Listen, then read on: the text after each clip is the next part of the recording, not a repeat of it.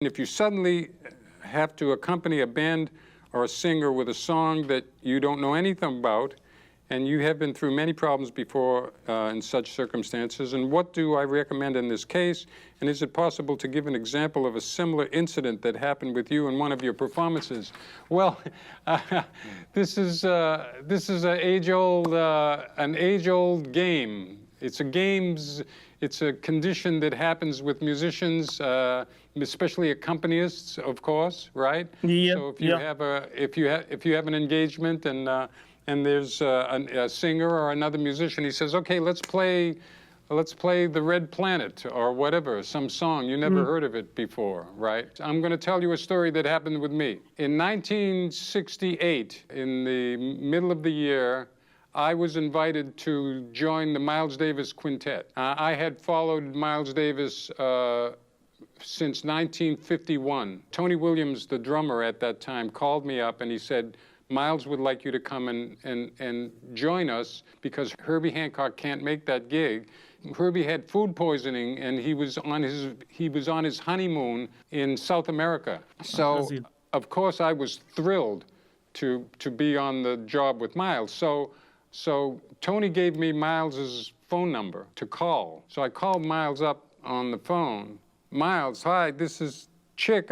Tony asked me to come and join you guys in Baltimore on such and such a date. When's the rehearsal?" And he said to me in his raspy voice, he said, "Just play what you hear. No rehearsal." Okay, so there was to be no rehearsal. I was about to play on the most important gig I ever had in my life. Yeah. I didn't know what the set list would be. I didn't have time to know what songs that they were going to play. But Miles did give me the instruction. He said, "Play what you hear." And which I kind of knew that quintet a little bit, and they improvised quite a lot. They played quite abstractly. So I went in, and I remember Miles used to start the set with this theme called Agitation. And that's all there was to the theme. And then the tempo was ding, ding, ding, ding, ding, ding, ding, ding, ding, ding, ding, ding, ding, ding, ding, ding, ding, ding. And Tony would rip in, and they'd be off to the moon, like immediately. And I'm, woo, you know, holding on for dear life. And I was playing what I heard. And all the rest of the set kind of whipped by, all these other tunes, some Wayne Shorter tunes that I hadn't learned. But it was all so abstracted that I could play what I heard coming from the other musicians and play within that.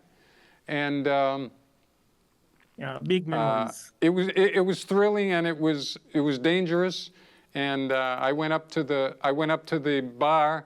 It was a barroom. It was a club. And I went up to the bar and I sat there with a drink after the set. And Miles came up in back of me, and I thought I was going to be fired.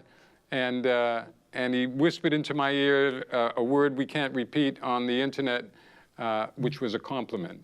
And so it put me on cloud nine. So fortunately for me, that was a good experience. But that has happened to me a number of times where I don't know the song, and you have to rely on your own judgment. It's not easy, but I think it's a lot of fun. It's an adventure, yes? Yeah, absolutely.